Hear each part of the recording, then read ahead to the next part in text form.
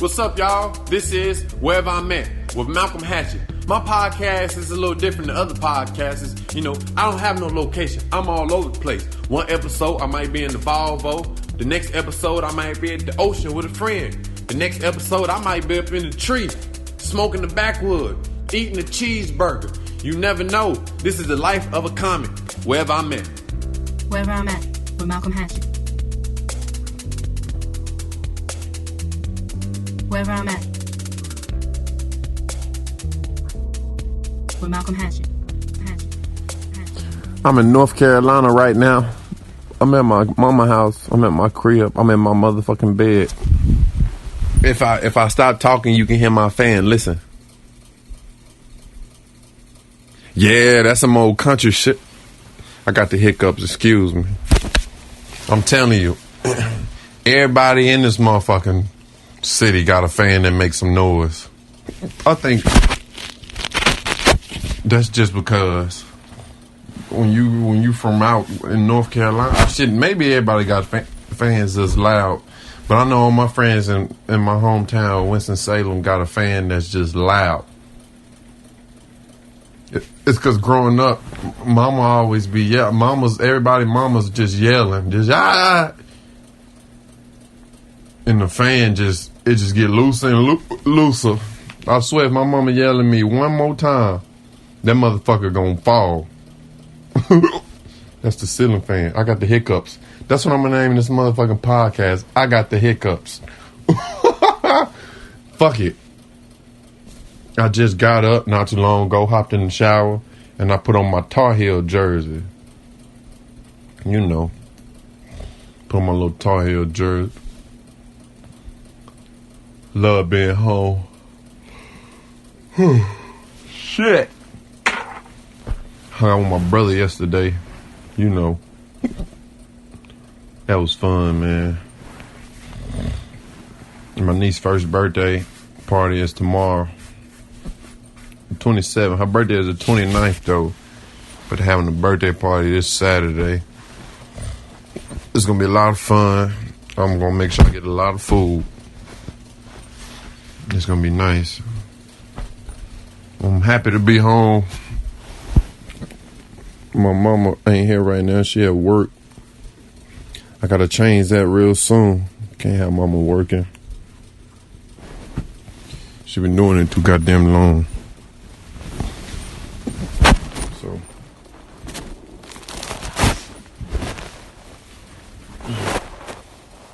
I caught a plane out here.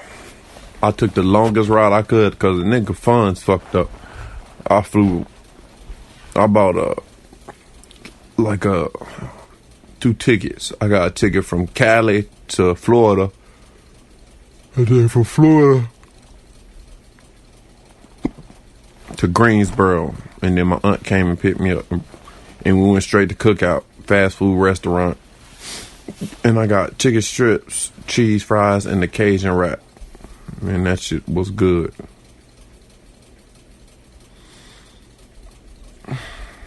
When I got here yesterday, feel good being home. Not a lot of people know I'm home, and they won't until this shit come out, this episode, or the other one when I said it. A part of me telling I shouldn't go back to California, you know, because I miss home, man. Should I go get a job and stay here until I get my shit together? But a part of me saying, hey, nigga, I should probably leave soon. I think I'm going to catch the Greyhound back. Catch it one more time. Just one more time back to California. Get my discipline in and write a lot. See some shit, you know. So I'll be doing that soon. I might leave Tuesday. Tuesday or Wednesday, I'm going to hop on that motherfucking Greyhound, probably. Go back to the jungle. That'd be nice. I miss home. A lot of my friends, they ain't here no more. They ain't around. They 6 feet under. And they souls are elsewhere. You know. tripping. I felt that as soon as I got in the city. As soon as my aunt picked me up from Greensboro and I entered Winston-Salem, I felt the sorrow and the cries from all the families that's lost somebody out here. I felt it. And I'm praying for those families. And, stay strong.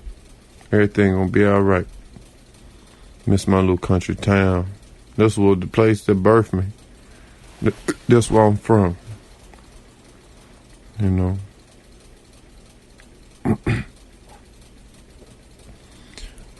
If I can go back into the day I left on the Greyhound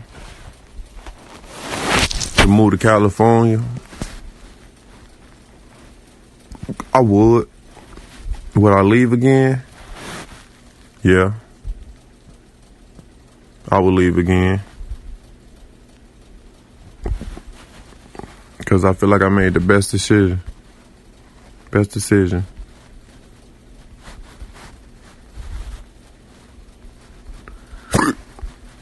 That Greyhound ride is no joke.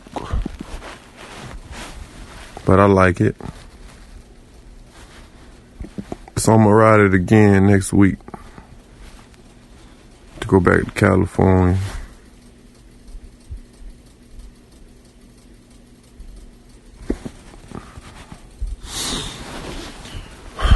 I gotta go play basketball. I used to have hoop dreams. I was a basketball player before any of this shit. I used to play at the Polo Recreation Center up the street.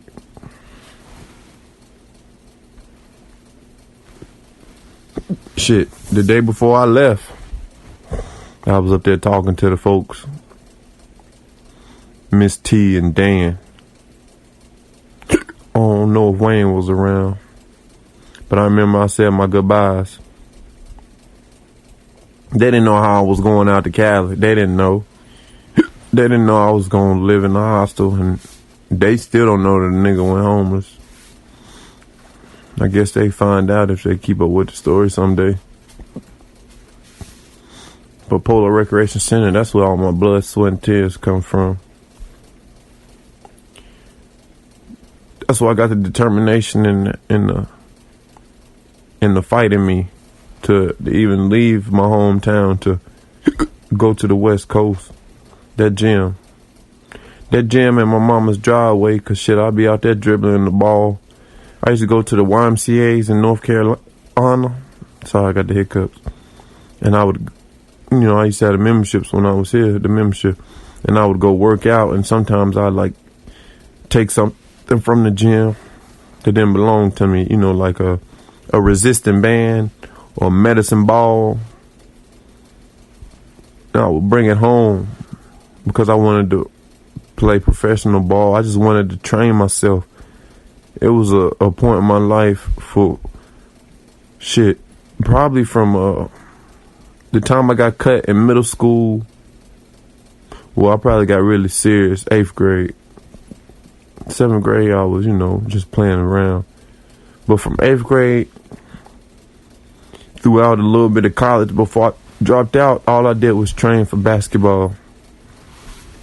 2-ball drills, medicine balls. I had a ladder. I had cones. I had jump rope. I had weight vests. I had all that shit. Ankle weights. Man, I was like, if I was if I was short around the time, cause I'm like 6'1", 6'2". The way I was training as a young teenager, people would say, hey, you're going to stunt your growth. Because, when you're young, they always say, if you work hard as a young kid, you're not going to grow no more. That's all the short people say. I was doing push-ups too young, so I didn't grow no more. No, shut the fuck up, nigga. You wasn't supposed to grow no more.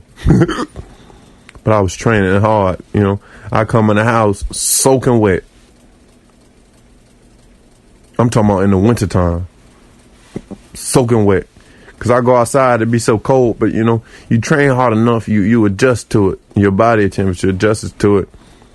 And then you get hot. You be warm as shit.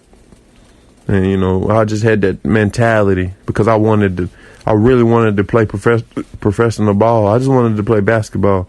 I had that drive, you know, and I didn't make the teams. I made freshman team. I made the 9th grade team at Mount Tabor. My 10th and 11th grade year, I got cut. In my senior year, I was about to try out for Mount Tabor. And I got a call from Parkland High School, school on the south side. Coach Mumford called me. Well, my homeboy's dad, Gucci, his dad, Bryant, was coaching over there. And he put me on, and Mumford wanted me to come over there and play. And I played. Shit, I remember the first what was it? It was a little showcase, little basketball tournament. I got MVP. I got a little newspaper article. It's somewhere in this house. The game was dedicated to one of the old parking coaches who passed away. I forgot the name of the guy, but it was out somewhere.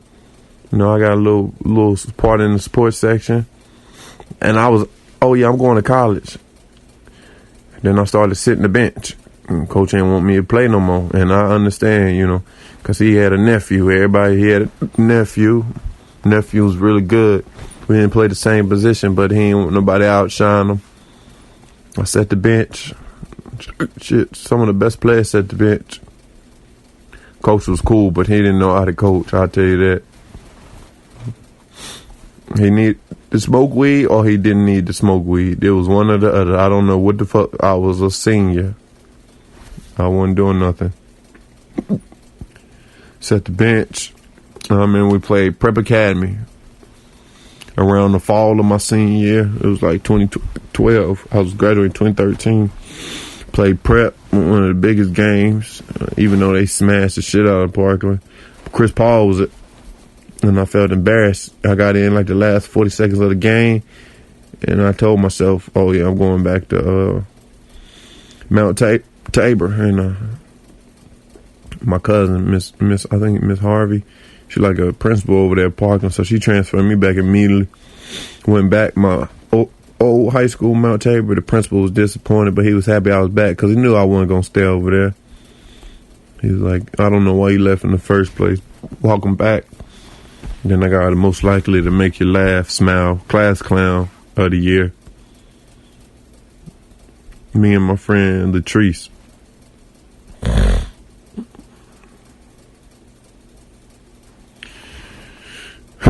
Good times, man.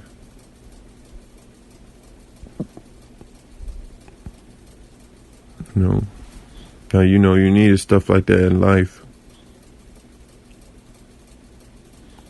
And that was one of the reasons I wanted to go back to my high school so I can get that reward. And I had missed the votes, but they still voted for me when I transferred schools. Most likely to make you smile. Ain't that something? And when I went back, just a few days back, they announced it and I didn't know what was going on. Took a photo for the yearbook. That was nice. I didn't get to put a senior quote because I transferred schools when I was trying to put my senior quote. But if I can put a quote from my senior yearbook picture, it will be this. Keep grinding, boy. Your life can change in 1 year. That's a quote I live by. That's J. Cole. That's my favorite rapper. I started listening to J. Cole maybe 8th grade. My friend Aaron Zinnerman put me on J. Cole and Big Sean, and I started listening to both of them. I love J. Cole and Big Sean. J. Cole, my favorite rapper. I can't wait to meet him someday. If you don't know what J. Cole is, please start off by listening to the Come Up, the Warm Up, and Friday Night Lights, and then the rest would just flow. The rest would just flow, you know?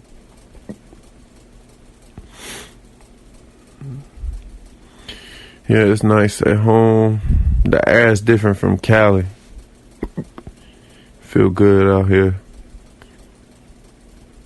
The Ubers are different. Shit, I got in the Uber not too long ago. And the lady was eating chips, a sandwich, and a smoothie.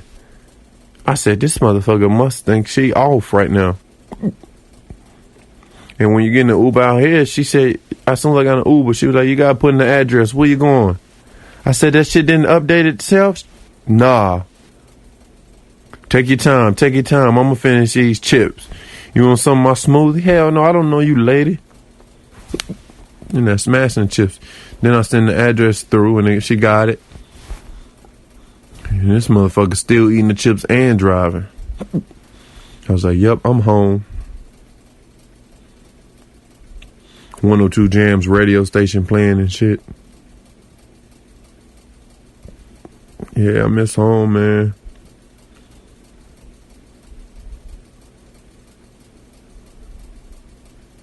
I know it's oh man, I miss this place. To be honest, I really don't want to go back to California. I don't. You know, people talk down on my city all the time. People always talking down on it. You know, it's just like every other city. But it's home for me. Shit, this is where I got started at. You know, I feel like a kid everywhere I go, but shit, when I come home, I feel like a kid for real. Shit, I still sleep with the pillows between my legs. You know, it's my home. I got blue walls in my room. It's like the sky. And I got a few posters left on my door. I got Brandon Jennings, Kevin Garnett posters on my door. Then a lot of NBA, like little tags when I got like NBA shorts and like Adidas fits and stuff. I would keep all that stuff, man. I can really cry right now because that's what I wanted in life. I really wanted to play professional basketball, you know. And could I have played? Who's to say? You know, probably not. That wasn't my route. But the way I trained for it, shit, I could have played if I kept on. If I really focused in school and transferred out of that community college and just went to any university, don't matter what the division was. If I didn't drop out, I would have stayed with basketball. But by the time I dropped out, I was too deep into comedy. You know, I was into comedy. So, you know, I think it was the best decision. I was like a year into comedy. But I'm sure if I really wanted to play, if I didn't do comedy, basketball would have been it for me. But who's to say? You know, even though I was better at track, I was really fast. I was really better at track. Still got my track spikes in my room. I ran track in middle school, and I ran in 9th grade.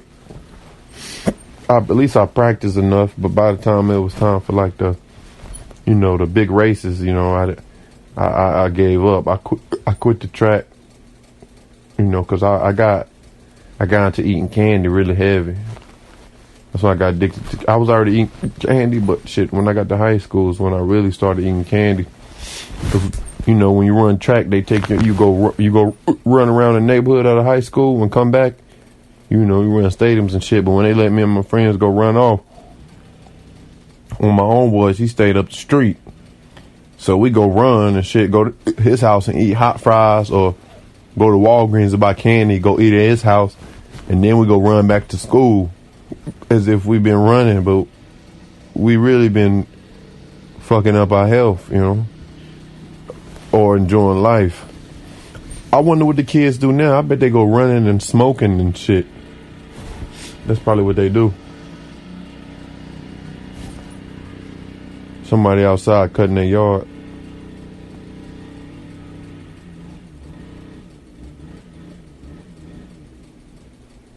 Or blowing leaves or some shit, a weed eater. I don't know what the fuck that is. It might be a dirt bike. I don't know.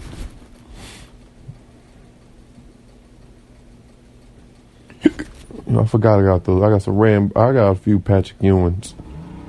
I got these red and black Patrick Ewings. They thick as shit. They look like skate shoes. I got those when I was hustling, you know.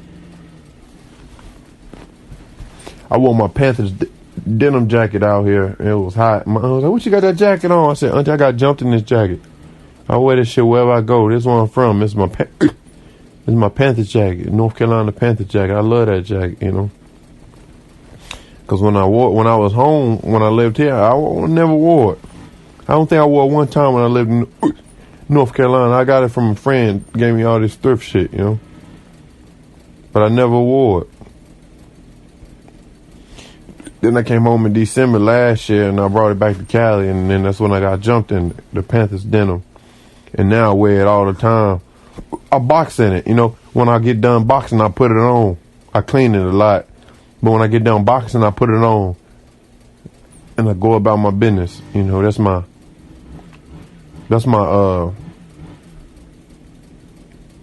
I say that's my skin. That's my shield, you know. That jacket is literally a part of me. That's where I'm from. This is Carolina Panthers. That's home. You know? I don't have any plans being home. I'm going to go to my niece's birthday tomorrow. And then I'm supposed to go somewhere to speak. Speak to like the youth and people about my, you know, time in California. But shit, I'm going to just tell them to listen to my podcast because I ain't really trying to talk. Yeah, can't wait to see my niece. I was at my brother's yesterday. He was cooking on the grill like 1 a.m. And they cooked burger, shrimp, and hot dog. That was really good. But she wasn't there. She was at her grandma's house. Not my mom's, but my brother's girl mom.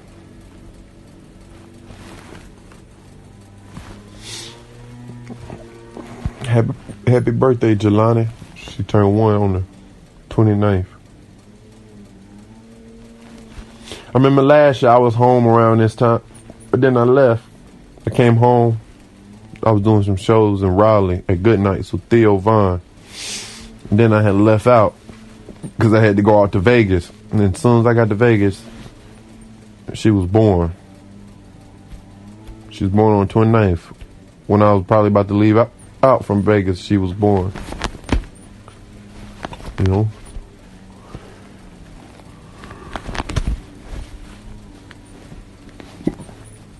That's nice.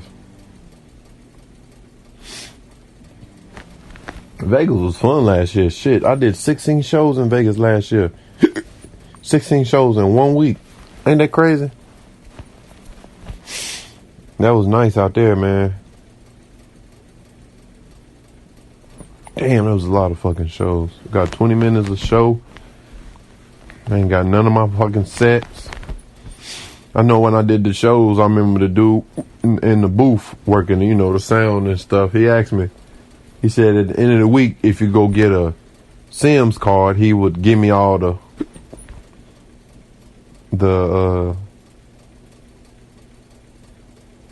all my recordings. I think it was all my films, you know, 16 films of me at the Laugh Factory in Vegas. And, you know, I never got a USB. I never got a little drive, a flash drive, because, you know, I was enjoying myself out there. A lot of the stuff in Vegas I said I probably never say again, because a lot of the stuff was freestyling. Because the crowds in Vegas are like tourists. You know, people who don't really understand, you know, where I come from. So you gotta really be like yourself. You gotta explain it different. But it's not even explaining it different. You just gotta work really hard to get those people to be on your side and laugh. And, you know, maybe 3-4 shows in, I was warm. I was warming up. And then I started getting better out there, man. I should have got those recordings, man. Could have dropped so many fucking albums from that place last year, man. But I didn't think. Young and dumb, enjoying life, I told him to keep it. And then eventually, after the week's over, when I got back to LA at all the races, I erased it all. Yeah, I did 16 shows in Vegas last year at the Laugh Factory. It was fun, man. Really fun, man. Damn, that was fun.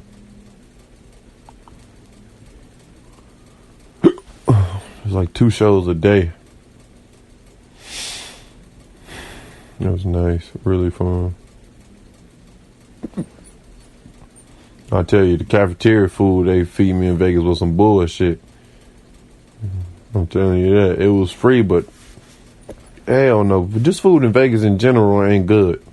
At least on the strip.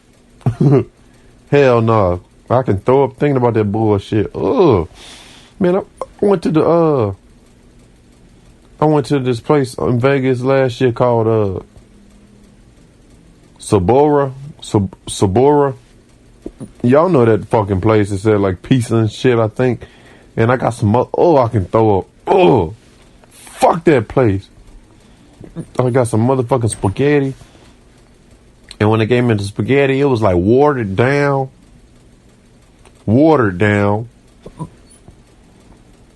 And I think it had gnats in it. Little gnats. Flies cooked. Flies little cousins. It had something in that bullshit. Oh. It was on the strip. This little 24/7 spot that sell like everything. They had like Wendy's and shit. All these little fast food restaurants in there. Disgusting. And then the Taco Bell out in Vegas, that shit stay open late. And they sell like liquor and shit in there. You know, I don't drink, but folks was coming in there buying liquor and stuff. Cause when I was ordering that, asked me if I wanted a drink. And then I see they got like drinks, like you get like slushes with like liquor in it and stuff. It's Vegas, so of course. But you know, I was high out in Vegas. I don't drink, so I was high. But Vegas got some really good weed. I tell you that shit. I should really go soon. Just to get some weed in return. I have to Greyhound out there until I get a car. I'm telling you, the weed out there is worth Greyhounding for. At least the dispensary I went to and the strand I got. Oh.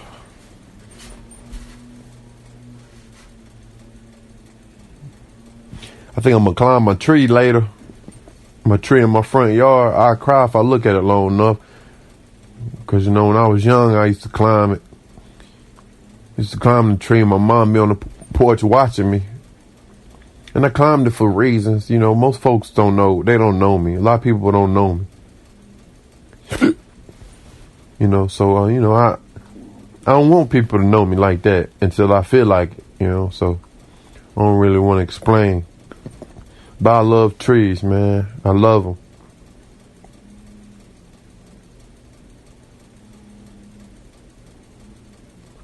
Climb a tree. Love trees, you know. That's where I'm from.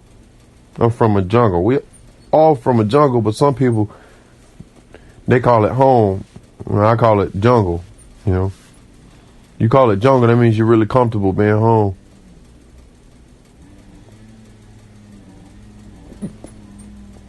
I miss this place, man. You know, when you home, you move different. When you're home, you move faster. You operate faster because you know the ins and outs, the shortcuts, you know, the alleys and shit. When you're home, you know how to operate. But when you ain't home, you fuck around and get caught up. Well, you get caught up home too, but I'm saying, you know, I got my jaw broken in Cali. No, that's not my jungle. You know, this is my jungle. I know my way around. That's why I'm still here. You know, I'm still here because I know my home. I know my jungle. I know it's time for me to leave, man. I'm telling you, I've been in next month be 2 years for me. I've been in Cali, man, almost 2 years. I promise you, if I never left to go out to Cali, I wouldn't be here to say none of this shit. Wherever I'm at, none of this would be possible. I would never met my go-to man, my right-hand man. I would never met my boy Jesse Hayes. I would have never been on the Kill Tony podcast. I'm telling you that from a fact, and that's from the gut. And I'm getting butterflies in a faster heartbeat talking about it, you know, because it's the fucking truth. I wouldn't be here. I wouldn't be here. Lord knows. I wouldn't be here right now. I'd be in jail or I'd be gone. I swear I'll be out of here. I'm glad I made the decision I made. And it all started as a little kid when I used to climb the trees, you know. I love my home. I love Winston-Salem. Ain't no place like a jungle. Ain't no place like home. Ain't no place like my jungle. It just ain't. I like California. Only a select few of folks out there I like, you know. Shit, only a select few of folks out here I like.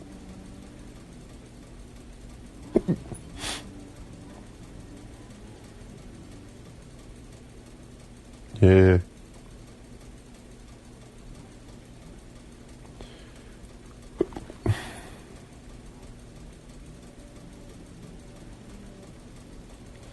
Rest in peace of my OG Doe. Rest in peace to OG Doe, man.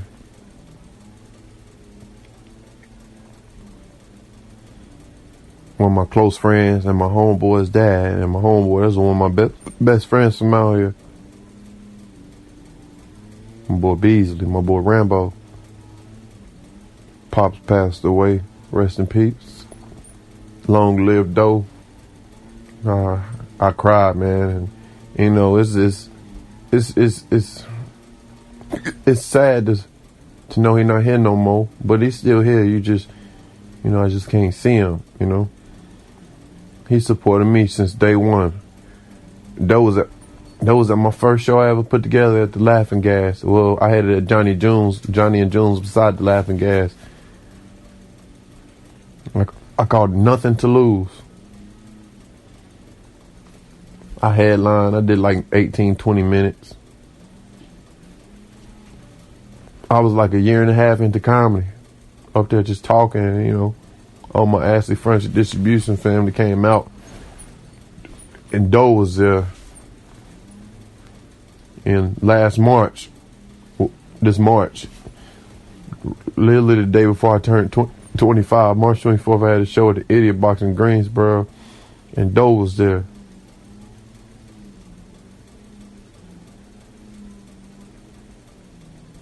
He came to a lot of my shows when I first started.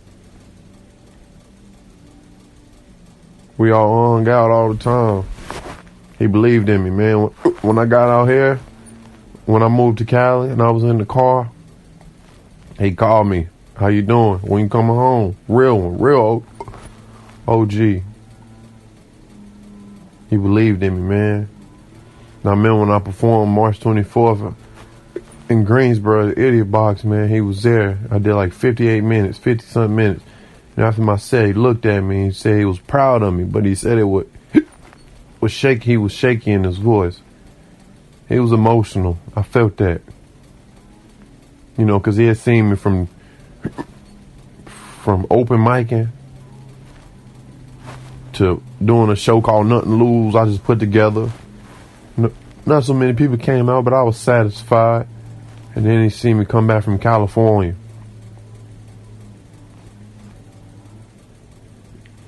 And he saw me. And he said he was proud of me. And I thought when I returned home this time, I thought I'd get to, you know, hang out with him. Because that's just one person who believed in me more than I believed in myself. That's one person who was going with me to the top. You know, but God got a plan for everybody. So I don't question it. I just trust it. And I know he's protecting his family, his kids, his son, his grandkids. You know, his wife. I know he's protecting all his family. Long live OG Doe.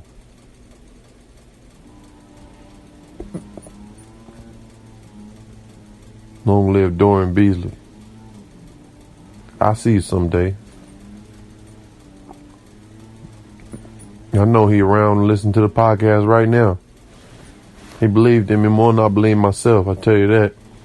We used to work at the distribution center together. When I first started at the distribution center, I would work second shift. He worked first shift. And when I first started, I saw him. I didn't know him. But in my head, I said, man, he looked like my homeboy. Found out it was my homeboy daddy. And we clicked like that. I transferred to first shift and, he come to my shows. He's famous for saying, tighten up at work. Everybody drove machines like order pickers and forklifts and stuff, Sometimes people hit the racks. You tighten up. Pretty much said tighten up, get your shit together. You loan money, tighten up. He always said. Everybody sending a prayer out for their family. I love you, OG.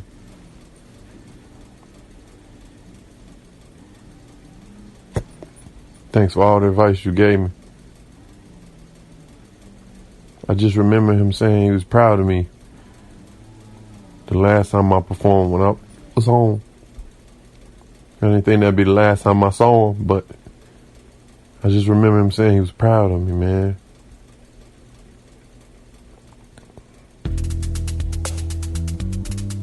Thanks for listening to this week's episode of Wherever I'm At with Malcolm-Hatchett. Like, subscribe, share, tell everybody, tell your cousin you don't like, tell your baby mama. Wherever I'm At with Malcolm-Hatchett.